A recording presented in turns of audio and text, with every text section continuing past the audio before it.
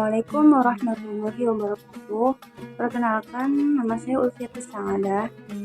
Dengan karib saya yang bernama Jejen Jainuddin, kami di sini akan sedikit memaparkan review dari jurnal yang kami pilih, yakni Muhammad Al-Amin Al-Shinqiti dan karya tafsir Adwa Al-Bayan fi Idhil Quran bil Quran karya Ja'far As-Sagaf.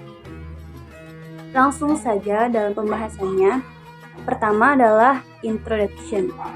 Penulis dalam introduction-nya memaparkan fungsi Al-Quran itu sebagai sumber utama ajaran agama Islam yang telah mengalami perkembangan dalam metode penafsiran sejak awal hingga masa kini.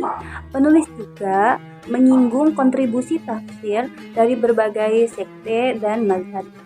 Kemudian, penulis memaparkan tafsir Adwa Al-Bayan karya Muhammad Amin Al-Shinqiti ini sebagai salah satu karya tafsir terpenting di abad ke-20 yang merupakan karya monumental dan dari sekian banyaknya karya beliau. Bahkan tafsir ini juga menduduki peringkat tertinggi di kalangan sarjana modern, yakni menggunakan term tafsir Al-Quran dengan ayat Al-Quran. Kemudian dalam bagian metode ini penulis tidak mencantumkan langsung metodenya, atau dalam kata lain tidak menggunakan kaidah imrad.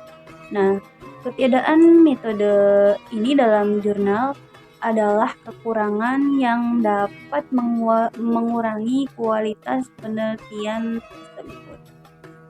Tetapi setelah kami teliti, penulis itu menggunakan metode library research atau studi kepustakaan yang mana semua datanya itu bersumber dari bahan-bahan yang tertulis maupun yang berkaitan langsung ataupun tidak pada topik yang dibahas dengan melakukan pendekatan deskriptif analisis. Selanjutnya pembahasan tentang result and discussion.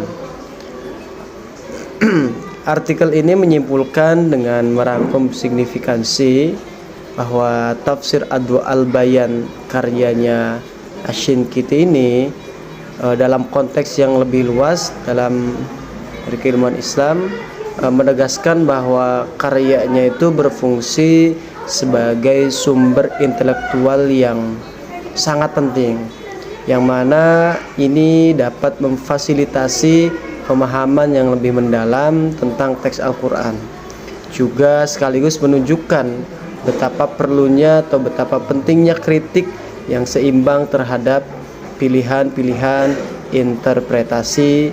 Secara keseluruhan, artikel ini menempatkan kontribusi Asy-Shinqiti sebagai sifat bagi diskursus yang terus berlangsung dalam penafsiran Al-Quran, menekankan relevansi metodologinya dalam studi kontemporer. Kemudian di bagian discussion ini penulis menyajikan analisis gaya interpretatif Asy-Shinqiti yang menunjukkan ketergantungannya pada ayat-ayat Al-Quran untuk menafsirkan ayat-ayat lainnya, sehingga memperkuat prinsip tafsir Al-Quran bil Quran. Nah, bagian ini juga secara kritis memeriksa pendekatannya terhadap jurisprudensi dalam eksegesis dan menyoroti baik itu kekuatan ataupun kelemahan yang ada padanya, seperti kecenderungannya terhadap mazhab hukum tertentu.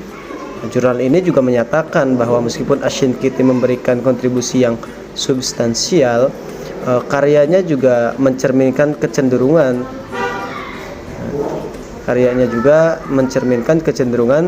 tertentu terhadap mazhab Maliki. Mungkin sekian dari saya. Sekian, terima kasih.